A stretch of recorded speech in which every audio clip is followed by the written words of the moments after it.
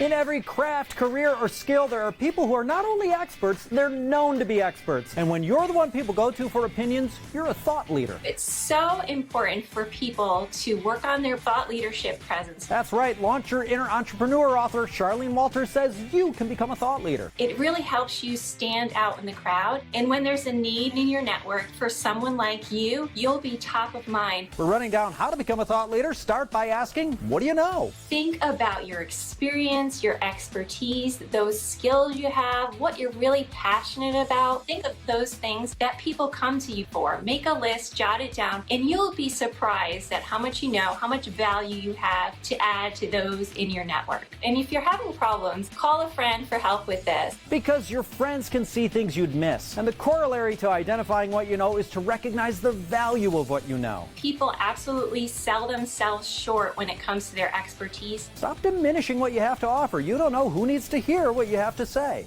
Next, it's a cluttered world out there, so you're going to have to quickly communicate your area of expertise. That means you need a tagline. Come up with a few keywords to describe yourself. This is where you put your marketing hat on to differentiate yourself from everyone else out there. For example, you're not just a personal trainer. You're a personal trainer who helps people get their dream bodies. You're not just a writer. You are someone who helps people tell valuable stories. Give it that little oomph. You're the #1 voice for working moms. Really highlight that thing that sets you apart from others in your space. Okay, you've identified your area of thought leadership and you've come up with a quick way to describe your value. Now you've got to join the conversation. You can do this with online platforms. It's important to work on your visibility, and you have to put yourself front and center. This can be sometimes challenging when you're first starting off, but you'll get more comfortable with it over time. You can join groups on LinkedIn, Facebook. Clubhouse is a hot new app to join, and over time you'll be surprised at how many people will get to know you and will reach out to you when they have an opportunity for you. There's blogging, podcasts, YouTube tutorials, and you can even add articles you've written to your LinkedIn account or join forums such as Quora and Medium where you can answer questions or post articles. You can also look for opportunities to speak and present. Don't neglect real-life presentations. You're not going to start off doing a TED Talk, but your local community college might need an expert to present to a class, and when you've honed that message, this is a good way to get practice, to get your message across, and it also gives you valuable content that you can reuse and distribute on your website and on your social media accounts. You could do this. Just trust the process and play the long game. When it comes to establishing yourself as a thought leader, don't feel like you have to do everything at once. It will not